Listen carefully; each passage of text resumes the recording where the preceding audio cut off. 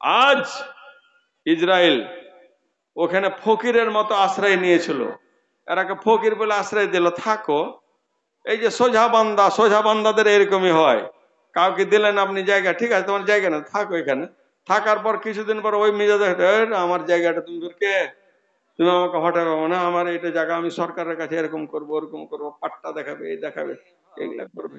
এগুলা করছে মুসলমানরা, তো এগুলা করেছে যে মুসলমানরা জমি আধি করতে করতে চললো, পাট্টা করে নিল। সরকার বলে যে পাট্টা গুলো তোমার আধি, ওই দেখে নেবো, নমাজ পড়বো, পড়ে তুমি কাগজপত্র দাখিল করবো। এটা হচ্ছে মুমিন। এর দ্বারা আর কি হবে বলেন তো? পাক পরবর্তীকালে আল্লাহ পাক। যাই হোক, ভুল যদি হয়ে থাকে সংশোধন করো, এসো। আল্লাহ পাক তো বলেছেন যে তোমার গুনাহ যদি আসমান পর্যন্ত পৌঁছে যায়, তারপরও যদি তুমি ভুল স্বীকার করো, আমার ভুল হয়ে গেছে, ভুল করে দিয়েছি। রব্বুল আলামিনের নবী বললেন, আলা আদুল্লুকুম আলা মা ইয়ামহুল্লাহু বিহিল খাতায়া, আমি তোমাদেরকে বলে দিব না এমন একটা কথার কথা, এমন একটা বার্তা, এমন একটা কর্ম, এমন একটা আমল, যে আমল করতে গেলে তোমাদের গুনাহগুলো ক্ষমা হয়ে যাবে। রব্বুল আলামিন তোমাদের গুনাহগুলোকে ক্ষমা করে দেবেন, ওয়ারফাউ বিহি দারাজাত, আর তোমাদের নাম্বারকে আল্লাহ পাক বাড়িয়ে দিবেন। আজ ভারত যে কত শক্তিশালী ভারত জানেন? আল্লাহুস সামাদ। বাংলাদেশ কালকে ফকির ছিল, আপনার পাকিস্তান ইয়াদের নিচে চলে গেছে, 100-র উপরে চলে গেছে, 111, 22, 23 চলে গেছে। এই ভারত 9 নম্বর 7-8-এ ছিল।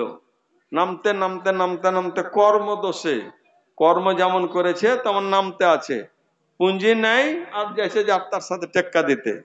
না যায় হারাম শয়তানি কাজ করতে গেলে এরকমই হবে। সুনাম ছিল ভারতের, সারা দেশ সারা পৃথিবী দেখছিল ভারতের মতো বড় দেশ খুব কমই আছে। যে বড় দেশের মধ্যে একটা বড় দেশ ভারত, আল্লাহুস সামাদ। সে নামতে নামতে 125টা দেশের মধ্যে 113 কত চলে গেছে, নিচে নেমে চলে গেছে। বাংলাদেশ এগিয়ে গেছে, পাকিস্তান এগিয়ে গেছে, যাদের টাকার মূল্য কম ওরা এগিয়ে গেছে। যাই হোক, আল্লাহ পাক এই ভারতবাসীকে, আমরা যে জায়গাতে আছি, আল্লাহ তুমি এদের ইজ্জত সম্মানকে আল্লাহ বাড়িয়ে দাও।